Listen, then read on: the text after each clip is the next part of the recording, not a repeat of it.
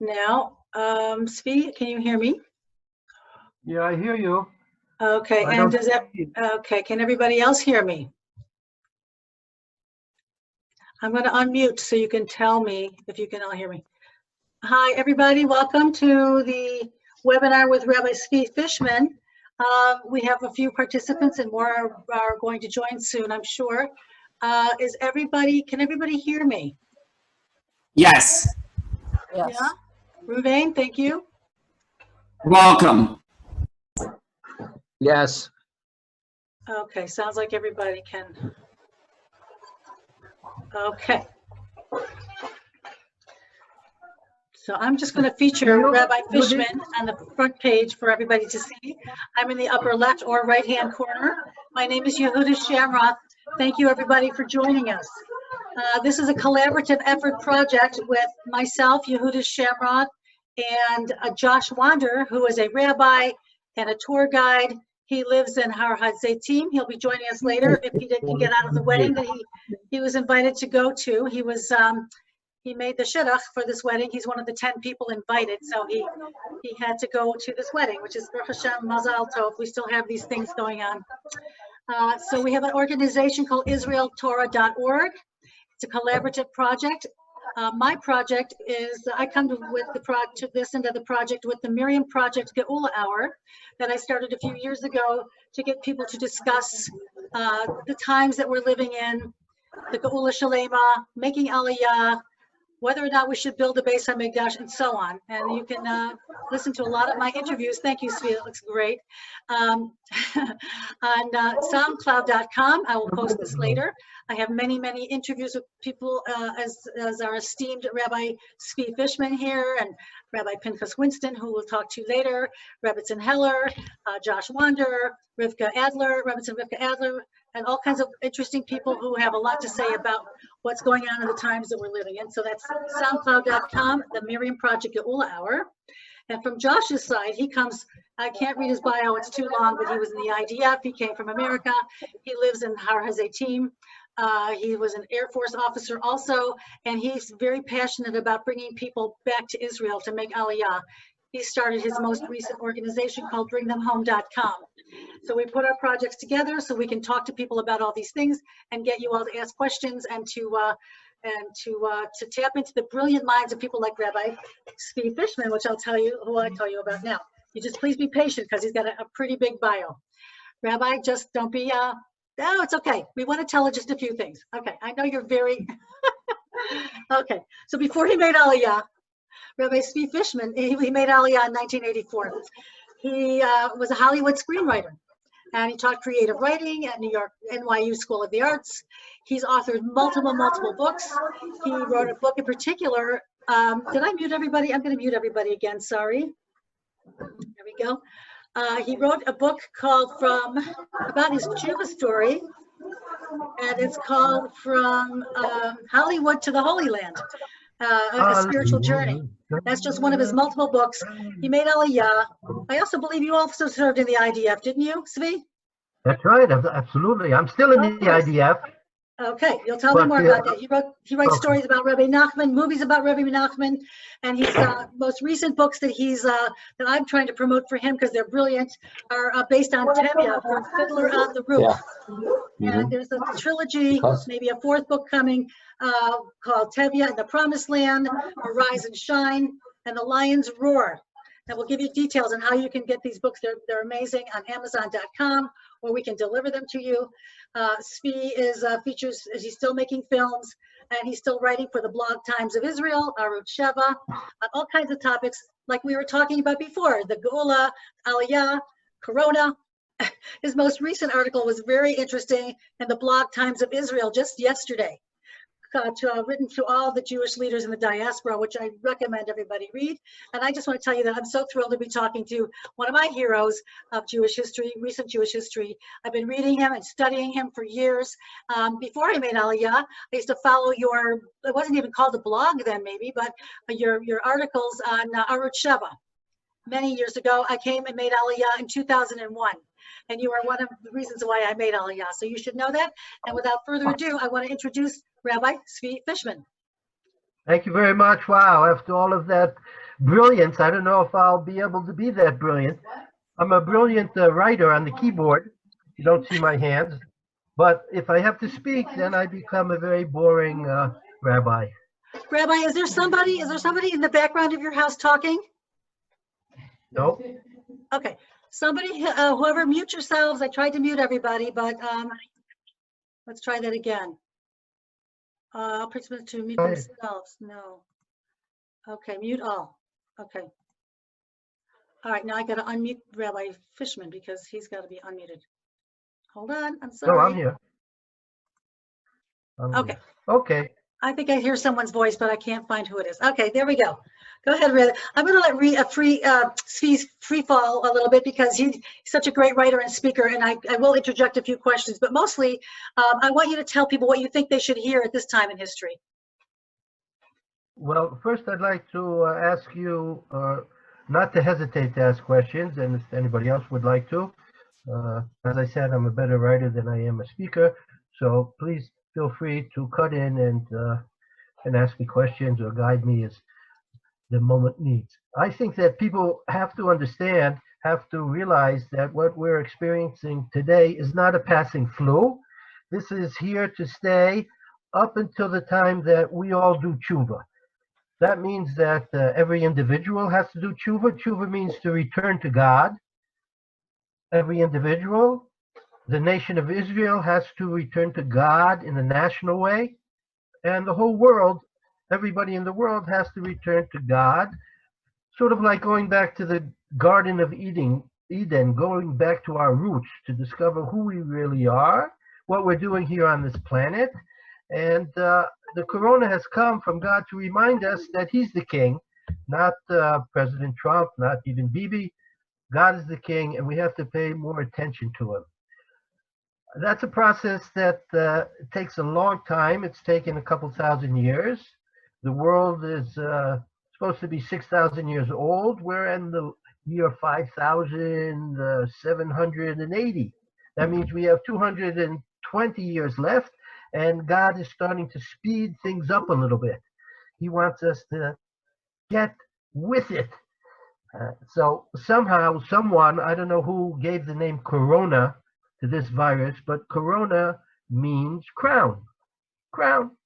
It looks like a little crown. That's why they call it corona. It has these little crown-shaped things sticking out of it. And it would seem to be, well, it's an accident that somebody called it crown. Maybe it was a Mexican who was drunk. He called it after the beer. But no, it's to remind us that we have to realize that the world has a crown. It has a king. And we have to look up to God, everybody in his own way. For that reason, I wrote a book. I was in the middle of writing a self-help book, How to Find God. And the corona came along. So I called the book The Corona Bible. And I rewrote the book, including corona, as God's way of waking us up, giving us a message that he wants things to change. He wants things to change in our individual lives. We have to become better people. He wants the nation of Israel to return to being who the nation of Israel is supposed to be, not just an Hebrew-speaking nation of Frenchmen or Spanish or some Mediterranean kind of person. No, we're supposed to be a holy nation, a kingdom of priests and a holy nation. And we have to return to that on the national level, and the world has to return to giving allegiance to God and not to chase after money all the time. We see that in an instant, really in an instant, a month or 2 weeks, HaKadosh Baruch Hu, he totally stopped the world economy. No more airplanes, no more movies, no more football games. He just stopped everything with a little bug, a little invisible little bug. The world doesn't know what to do. Scientists don't have an answer. They can't find a solution. They can't find a virus. They can't find medicines. We will be able to find the medicine. We will be able to find the vaccination when we do teshuva, when we return to God. So can you explain what you mean by that? Explain what you mean by that. And does it mean the whole world or just the Jewish people, or what do you mean? Well, as I mentioned, first of all, every individual has to realize that he's not his own man. He cannot continue to do his own thing, whatever feels good. And he cannot sleep with whoever he wants, whenever he wants. He has to sleep only with his wife when she's allowed. And he has to eat the kind of foods, if he's a Jew, that God wants him to eat, and not eat octopus or bats or monkey heads or whatever people are eating.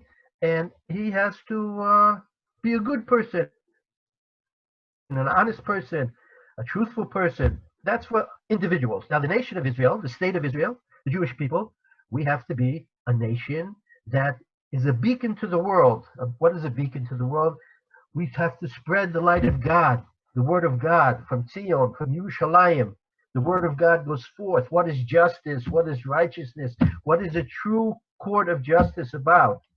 How is it that we can deal with the world that there is no more poverty, no more injustice?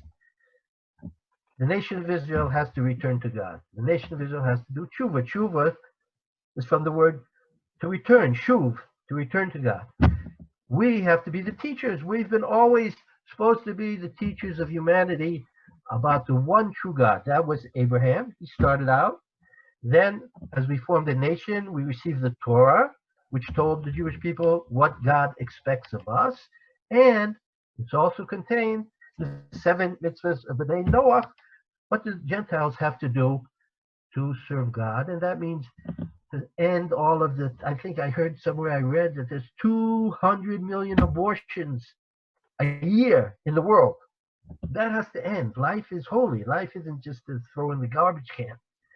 Also, the world has to give up eating monkeys and chimpanzees and bats and whatever they eat.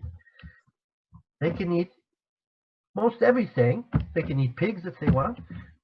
They can eat shrimp, but live breathing monkeys to open up their skulls and eat their brains. That's a no. And the world has to do many other things, like they have to stop having a myriad of sexual partners. They have to have just their wife, one. A woman, a man has to have a woman, and a woman has to have a man. And we can't go around having men and women and dogs and cats and a gorilla and a man. And no, it's a man and a woman. The world has to return to being holy. We have to teach the world, but first we have to learn for ourselves. So any Jew who isn't connected to the Torah, he has to connect to the Torah. The Jews who are already connected to the Torah have to correct in a more deeper, inner sense to the true meaning of the Torah. For the Jewish people, that means to live in the land of Israel, as Joshua will tell us. And it also means to live in the land of Israel following the true essence of the mitzvahs, not just blah, blah, blah, blah, blah, blah, blah, blah, blah, blah, blah. God has closed our synagogues because he's unhappy with our prayers. He doesn't want us just to check in, like we go to work, we check in, we punch in our cards, we say, blah, blah, blah, blah, blah, and then we can't wait to get out of there. No, he wants us to take things seriously. And so anyway, we have time now to think about that. It's a time that it's a good time to read my books. My books, I just took what I've learned from my rabbis and what I've learned from all the books that I've read, and I try to put it in a very reader-friendly way so that people can understand what our sages have been talking about in a modern language of today. And so can I ask you a question? Oh, sorry. I just wanted to ask you, so who are the rabbis that influenced you the most, do you think? The rabbi who influenced me the first was a gentleman by the name of Rabbi Yehuda Kazani. He studied at the Merkaz of Rav Yeshiva. He introduced me to the teachings of Rabbi Kook. He made a chavruta with me and Rabbi David Sampson, who I had the privilege of writing 4 books with him on the teachings of Rabbi Kook.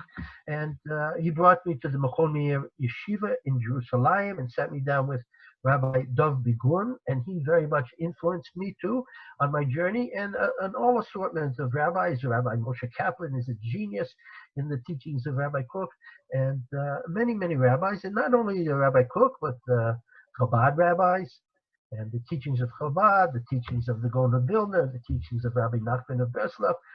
I tried to gather a whole assortment like a candy store, put all the good things together, and to shake it up, stir it up, Yeah. and give it out. Oh, So that sounds wonderful. And all of them that's what had, I think all of them had sort of a big influence on you believing that people should be making aliyah anyway, even before all these crazy things started happening in the world, like Corona pressuring us doing so, correct? Well, you know, I first became religious in Los Angeles. I was a very assimilated Jew. I was a screenwriter. I was not connected to Judaism in any shape or form. And one day a friend asked me why I didn't know anything about Judaism. He was an Israeli fellow. He came to Hollywood to become an actor. And it was very strange for him to meet an American Jew who didn't know anything about being Jewish. Even the Chilonim here in Israel know who Moshe Rabbeinu is. They know what the Shema Yisrael is. I knew nothing. So when I started to read the Bible, the first thing I read was, in the beginning, God created the heaven and the earth. And my head went up like this. Shoo! I didn't have a hat on in those days, nor did I have a kippah on. And I said, wow, God is the king. God is the king. God created the world. He created me. So I continued to read, and you get to Lech Lecha. God tells Abraham, go to a special place. Go to the land of Israel. He says, if you want to get close to me, if you want to know what you are supposed to do in the world, go to the land of Israel. After that, we'll start to discuss matters. He didn't speak to Abraham about Shabbat. He didn't tell him to put on tefillin. He didn't tell him to eat kosher. The first thing that God commands Abraham is go to the land of Israel. So Abraham goes. He has a family. The family has to go down to Egypt. The time comes when God sends the Paro, the Corona Paro. Today we have the Corona. Then we had the Paro to make us wake up. The children of Israel cry out, Ay, Gavalt, Gavalt! God appears to Moses. The first thing he says is, go to Egypt and tell the Jewish people time has come to return to the land of Israel. That's it. Return to the land of Israel. My nation, the Jewish people, are to be in the land of Israel. I gave the French people France. I gave the Australian people Australia. Americans have America. The Jews are giving the land of Israel. That's where you are supposed to live. When we're not the Seder, when we start to fool around and do things we're not supposed to do, then God kicks us out as punishment, a temporary punishment, a long temporary punishment, but he kicks us out and he sends us to France, and to Germany, and to Russia, and to all these kind of places. And after a long time, we start to think that we're a Frenchman. Voulez-vous parler français? He sends us to America, and we think that we're Americans. I pledge allegiance to the flag of America. No, that's not our true song of allegiance. That's not our flag. Our flag is blue and white, like my hat, my beard, blue and white. Not red, white, and blue. Abraham is our founding father, not George Washington and Abraham Lincoln. No. So, but we forget that we start to think that Abraham is something for once upon a time. We start to think that the plagues of Egypt was something that happened once upon a time. We forget that God is with us right now and that God still wants us to live in the land of Egypt. America. No. Israel. Bingo. No. Right. So what can you tell us a little bit of, oh, sorry. Can you tell us a little bit about that article? This is just exactly what you were writing about yesterday when you were writing to all the Jewish leaders of the diaspora. You talk about how, you're a little bit harsh, I think, sometimes, which is why I love you, because you're a big straight shooter. You don't mince words, but you tell people they need to be here. And it's not just because they're being bad people or anything, but this is a time in history. We need to be here to wrap up the Geula. Do you agree? Well, I agree. God has made it clear to us. First of all, he put it everywhere in the Bible. It says the Jews are to live in the land of Israel. The Jews are to live in the land of Israel. When we weren't the kind of Jewish people we're supposed to be, God sent us out as a punishment, a temporary punishment. But we forgot after 2,000 years, and we thought that we found our haven in Berlin, and our haven in Paris, and a haven in Boca Raton in Los Angeles. But no, God doesn't change. God doesn't lie. He told us we're supposed to live here. The rabbis, after a long time, forgot. They forgot. And to tell you the truth, they have to make a living. They need parnassa too. And if a rabbi tells his congregation to go to the land of Israel, you're not supposed to be here, they're going to fire him very fast and he won't have a job. That may sound funny, but the book Mesilat Yesharim, The Path of the Just, is a classic of Jewish faith. And he explains that the reason that the Jews in the wilderness, except for the women, all the women wanted to go to the land of Israel, just the men. The men didn't want to go. The spies in the wilderness didn't want to go. He says because they knew, the rabbis, these were the great leaders, 10 great leaders of the Sanhedrin that didn't want to go on to the land of Israel. He says because they worried about their honor, their kavod. They worried that they were big leaders and rabbis in the wilderness, but when they came to the land of Israel, they would have to become soldiers, and they'd have to become farmers, and they'd have to dig the land, and they'd have to be a different kind of person. New leaders were needed, and they didn't want to. They wanted to stay in America, in Lakewood, in Brooklyn, in Boca, where everything was taken care of, things for them. The American army fought for them. The American economy made them have everything they want. They have everything there. They didn't want to build their own land. They didn't want to build their own nation. So the rabbis stopped telling the truth to the Jewish people because we didn't want to hear. We were happy in the havens we found after World War II, after the Holocaust. We thought, Gewalt, we have found the promised land in Berlin. We have found the promised land in Paris and London and in New York City. But no. We can have a temporary haven in some foreign land, but the time always comes when God arranges things, whether it's through a world war or it's through the coronavirus, to wake us up and to make us realize we don't belong in foreign lands, in foreign places. Okay, that's wonderful. I want to open this up to some questions. I'm going to unmute people, and you can ask Rabbi Tzvi a question if you like. Let me find my mute button. I can't ever find it. Okay, let's try this again. While you're waiting. Yeah, while you're waiting, yes. It's an interesting thing that the Gaon of Vilna, the Gra, he's called, was one of the greatest rabbis of all time, a couple hundred years ago. He said that the sin of the spies, this unwillingness to want to be in the land of Israel, happens every generation. Every generation it repeats itself, even in great rabbis who don't realize that they've been caught in this terrible, terrible misunderstanding of the Torah. And they teach their congregants that it's okay to live in all kinds of strange foreign places. And what happens is that slowly, the Jewish people lose a true understanding of the Torah. And Judaism, there's no Judaism in the Torah. There's the Torah. Judaism is something that happened after the destruction of the temple and the exile, meaning the religion of the Jews. But it's a private religion as practiced in the exile. We have kosher, we have the Shabbat and tefillin and the private mitzvahs that we can keep, but we're no longer a Jewish nation with our own government, with our own judicial system, with our own Jewish army.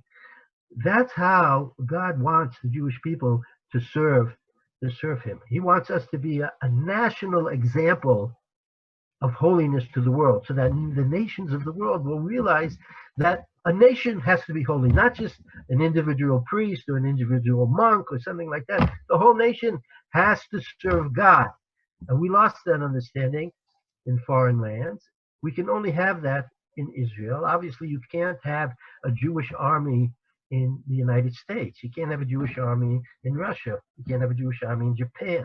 We can only have a Jewish army here, and that's a big factor that we're seeing in the success of Israel in controlling the corona, because here the army, the Jewish army, takes a part in the battle against the corona. The Jewish army goes into areas where people are infected and brings them food. They separate them into isolation cells. They bring them to hotels.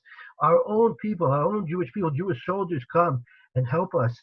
That doesn't occur in Brooklyn. That doesn't occur in Miami Beach.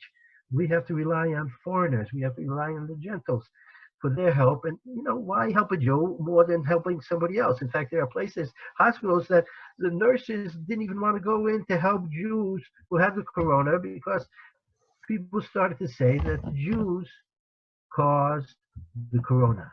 And when that happens, it's a very, very short time before a great wave of anti-Semitism starts.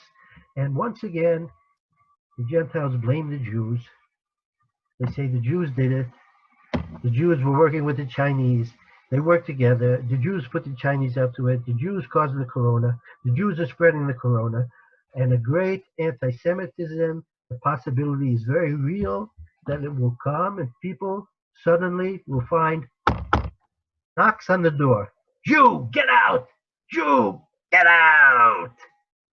And if we don't hear the call of God telling us through the corona to come home to Israel now, it's very difficult now. There aren't any airplanes, but still the Israeli government is sending El Al to all kinds of places to bring back Israeli tourists. As if the Jews in America and France scream out, help us too, then the government of Israel will send the planes to them, and there will be a great new wave of aliyah of the Jewish people coming home. It's better that we wake up to the call when we read the Parshat of Shavua, when we hear the Torah read in the synagogue, but if not, then God has ways to bring us here. World wars, Hitlers, coronas. The time has come to wake up. Okay. On that note, I just want to say that this is a free Zoom call, so I only have 40 minutes, and I think we're maybe only 5 minutes left, if that. So I just want to make sure everybody could contact you if they want to at what your email, or not your email, your website is tzvifishmanbooks.com, correct? Yeah, there I've tried to be as nice a guy as I can. I know a lot of people think that I'm a little rough when I write, but I try to be a nice guy. I made my books available free. You can download them free now. The Corona Bible and the Days of Mashiach, short stories that are very fun, books explaining Rabbi Cook, and very fun novels. So if they don't manage to call me up or to turn in on the Zoom broadcast, they can check it out at Tzvi, T-Z-V-I, Fishman. There's like Superman, and there's Batman, and there's Spider-Man, and there's Fishman. Okay. Fishman books. Okay. At .com. And also at Amazon.com if they want to buy them. But right now you're letting people just download books for free because of they're quarantined and they need to. Yeah, Ruvain's excited about that. I'm going to unmute people to see if they have any questions. But before I do, I want to just thank you so much for coming. And you reminded me, the thing I really wanted to talk about was my favorite book of Tzvi Fishman is called Days of Mashiach. And there are stories, short stories that talk about what will happen, what could happen, what we'd like to see happen, what probably will happen, all the different scenarios you can imagine happening in the days of Mashiach, both good and bad, but mostly good, of course, because we should have a happy ending and we're all here, and Hashem, we all find Hashem and we all build a base HaMikdash. So I really highly recommend, this is my favorite book. I also love his trilogy series. So without further ado, I'm not sure how much time we have left, but I'm unmuting. Does anybody have a question? Does anybody have a question? I unmuted, but it didn't work. Let's see. Let's do it one by one. Anybody have a question for Rabbi Fishman? Okay, You can unmute yourselves too. You promised I could sing a Frank Sinatra song if nobody has a question. Yeah, go ahead. Finish up with that. Go ahead. Finish up with that. And now the end is near, and so I'll state my final curtain. My friends, I'll say it clear, come to Israel, of that I'm certain. I've lived a life that's full, I've traveled each and every highway, but more, oh yes, but more, I made Aliya, as fast as I could. Thank you so much. And thank you, everybody, for joining us. To Rabbi Fishman, contact him on Amazon.com or SviFishmanBooks.com. Thank you very much. We're going to end the meeting. Thanks, Svi. I really appreciate your precious time. Thank you. תודה רבה. Go to. Bye. Bye. רפואה Thank you. שלמה לכולם. Amen. Thank כל you. העולם. כל Amen. עם Thank- ישראל. Amen. Amen. Go Thank you. to. שלום, Bye. שלום. Call to. תודה.